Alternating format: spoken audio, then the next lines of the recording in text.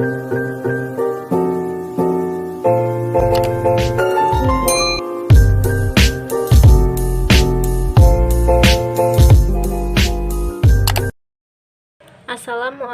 warahmatullahi wabarakatuh. Balik lagi bersama saya Suryani Melasari. Tetap selalu setia tonton video-video dari saya, karena di sini kita akan tetap selalu membahas soal-soal dan soal. Oke? Untuk video kali ini kita akan membahas soal Ayo Kita Berlatih 9.1 materi SMP kelas 8 atau kelas 2, itu pada semester 2 ya, tentang materi statistika. Untuk materi yang kali ini kita akan bahas itu ada di halaman 231. Oke, langsung aja kita eksekusi soalnya. Soal nomor 1.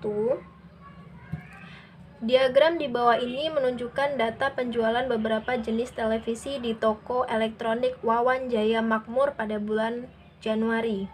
Pertanyaan yang A, pada bulan tersebut TV merek apa yang terjual paling banyak dan paling sedikit? Bisa kita lihat dari grafiknya. Jadi yang paling banyak itu yang di sini posisinya ya. Berarti TV merek D terjualnya sebanyak 22 televisi. Kemudian yang paling sedikit itu ada televisi merek A dan merek E. Mereka sama nih, sejajar. Sama-sama di angka 12. Pertanyaan yang B, berapa total TV yang terjual pada toko tersebut berdasarkan diagram di atas? Berarti kita harus menghitung dari televisi merek A sampai dengan merek G. Televisi merek A itu di angka 12. Ditambah televisi merek B itu di angka 20. Televisi merek C itu di angka 16. Televisi merek D itu di angka 22. Televisi merek E itu di angka 12. Televisi merek F itu di angka 18. Dan merek G itu di angka 14.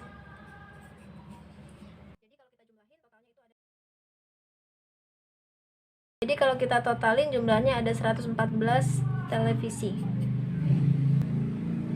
Untuk soal nomor 2, diagram di bawah ini menunjukkan data banyaknya siswa kelas 9 SMP ceria pada tahun 2007 sampai tahun 2013.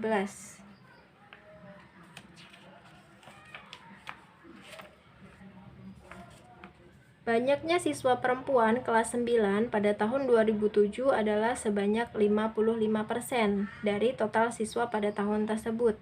Banyaknya siswa perempuan pada kelas 9 tahun 2012 sebanyak 40% dari total siswa pada tahun tersebut. Dapat disimpulkan bahwa banyak siswa perempuan pada tahun 2007 lebih banyak dibandingkan pada tahun 2012. Jelaskan jawabanmu. Ini datanya 2007 itu jumlah siswanya ada 100, perempuan dan laki-lakinya digabung. Dan tahun 2012 itu ada 160 siswa. Jadi kita hitung dulu. Yang tahun 2007 itu 55% ya. Berarti 55 per 100 kita kaliin dengan 100 orang. Berarti perempuannya ada 55. Untuk yang tahun 2012 itu ada 40% perempuannya. 40 per 100 kita kaliin dengan 160 karena jumlah siswanya 160. Nolnya kita hilangin semua. Berarti tinggal 4 dikali 16. Hasilnya adalah 64. Jadi pernyataan tadi kurang tepat karena ternyata jumlah siswa perempuan pada tahun 2012 itu justru lebih banyak dibandingkan pada tahun 2007.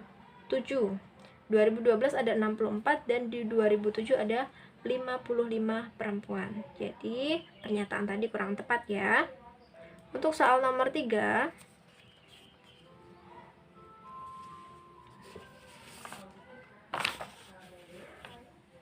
diagram lingkaran di samping menunjukkan file yang terdapat di dalam flash disk milik Reta yang berkapasitas 4 GB atau setara dengan 4000 MB. Flashdisk tersebut diisi dengan file musik, foto, data buku ajar matematika, dan data lainnya. Pertanyaan yang A, jika Reta ingin menambahkan file data buku ajar baru yang berkapasitas 750 MB, apakah kapasitas flashdisk milik Reta masih mencukupi? Jelaskan. Kita menghitung ruang yang kosongnya itu ada 10%. 10% atau 10/100 kita kalikan dengan 4000 MB. Ini bisa kita coret, berarti 10 dikali 40 itu 400 MB. Ternyata tidak mencukupi kalau misalnya Reta ingin menambahkan file data buku ajar baru yang berkapasitas 750, karena bagian yang kosongnya itu 10%. 10% itu setara dengan 400 MB. Pertanyaan yang B, jika Reta tidak ingin menghapus file foto, file data buku ajar, dan file data lainnya di flashdisknya, berapa persen dari seluruh file musik yang harus dihapus agar data buku ajar baru dapat ditambahkan ke flashdisk atau ke dalam flashdisk? Bahan ajarnya tadi yang mau dimasukkan kan 750 MB. Dan ruang yang cukup cuman 400 MB, berarti kurang 350 MB. File foto, data buku ajar, dan file lainnya itu nggak mau Reta hapus. Nanti kita harus menghapus file musik ya. Jadi kita harus menghitung dulu file musiknya ini 20% itu berapa sih?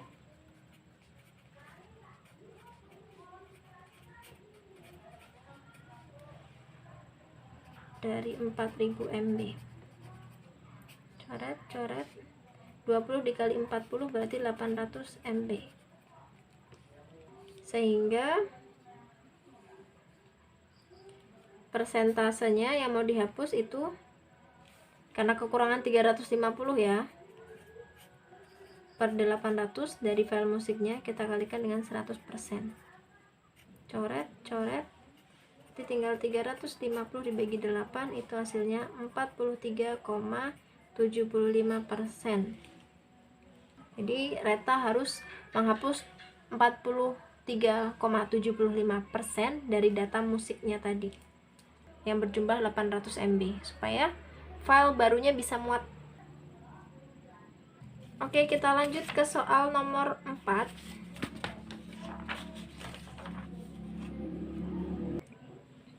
Tabel di samping menunjukkan album-album file musik di dalam flashdisk milik Reta. Jadi nomor 4 ini masih berkaitan dengan nomor 3 ya. Pertanyaannya, jika ingin menambahkan file data buku ajar baru yang berkapasitas 750 MB tersebut, akan tetapi dia hanya ingin menghapus beberapa file musik miliknya dengan syarat maksimal 3 album pada file musik miliknya yang dihapus. Apakah mungkin bagi Reta untuk memasukkan file data buku ajar baru ke dalam flashdisknya? Jelaskan jawabanmu. Oke, tadi kan ruang kosong tadi kan 10% tuh. 10% sama dengan nilainya itu 400 MB. Kekurangan Reta tadi 350. Dan Reta harus menghapus file musiknya karena file lainnya nggak mau dihapus tuh sama si Reta. Dan di dalam file musik ini Reta cuman ada pilihan, cuman mau dihapus 3 album aja. Mungkin album yang lainnya nggak boleh dihapus karena mungkin itu lagu favorit dia kan. Kalau kita mau menghapus 3 file atau 3 album, itu berarti kita ambil yang kapasitasnya besar, yaitu ada 125, 152, dan 95. Berarti yang kita hapus album C, E, dan F. 125 ditambah 152 ditambah 95. yang hasilnya adalah 372 MB. Setelah album C, E, dan F-nya dihapus, berarti ada ruang kosong itu 400 ditambah 372. Berarti 772 MB. Ini berarti ada kemungkinan Reta untuk memasukkan file data buku ajar yang baru ke dalam flash disknya. Karena muat ya, karena kapasitasnya cuma 750 dan yang kosong sekarang ada 772 MB. Lanjut ke soal nomor 5.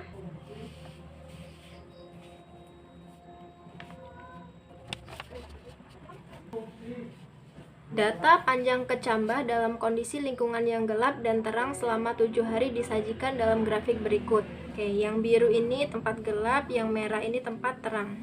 Pertanyaan yang A, kapan selisih panjang kecambah yang diletakkan di tempat gelap dan terang menjadi 7,6?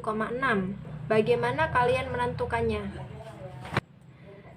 Oke, jadi ketika selisih mereka itu 7,6 pada hari kelima, yaitu dari yang tempat gelap dikurangkan dengan tempat terang ya. 18,1 kita kurangkan dengan 10,5, itu hasilnya 7,6. Pertanyaan yang B-nya, jika kalian ingin menanam kecambah, manakah yang akan kalian pilih? Menanam kecambah di tempat yang gelap dengan pertumbuhan yang cepat atau di tempat terang dengan pertumbuhan yang lambat? Jelaskan jawaban kalian. Kalau menurut saya itu kita harus menanam di tempat yang terang, karena pertumbuhan kecambah pada masa dormansi itu memang sangat cepat. Akan tetapi setelah masa dormansinya itu selesai, kecambah akan kekurangan cahaya matahari dan membuatnya mati karena nggak bisa berfotosintesis. Oke, untuk pembahasan ayo kita berlatih 9.1 udah selesai ya soalnya karena cuma ada 5. Kita lanjut ke video selanjutnya ke 9.2. Sampai jumpa di video selanjutnya. Dan terima kasih buat kalian yang udah setia menonton video pembahasan soal-soal dari saya. Dan mohon maaf apabila banyak kekurangan dalam video ini. Dan terima kasih.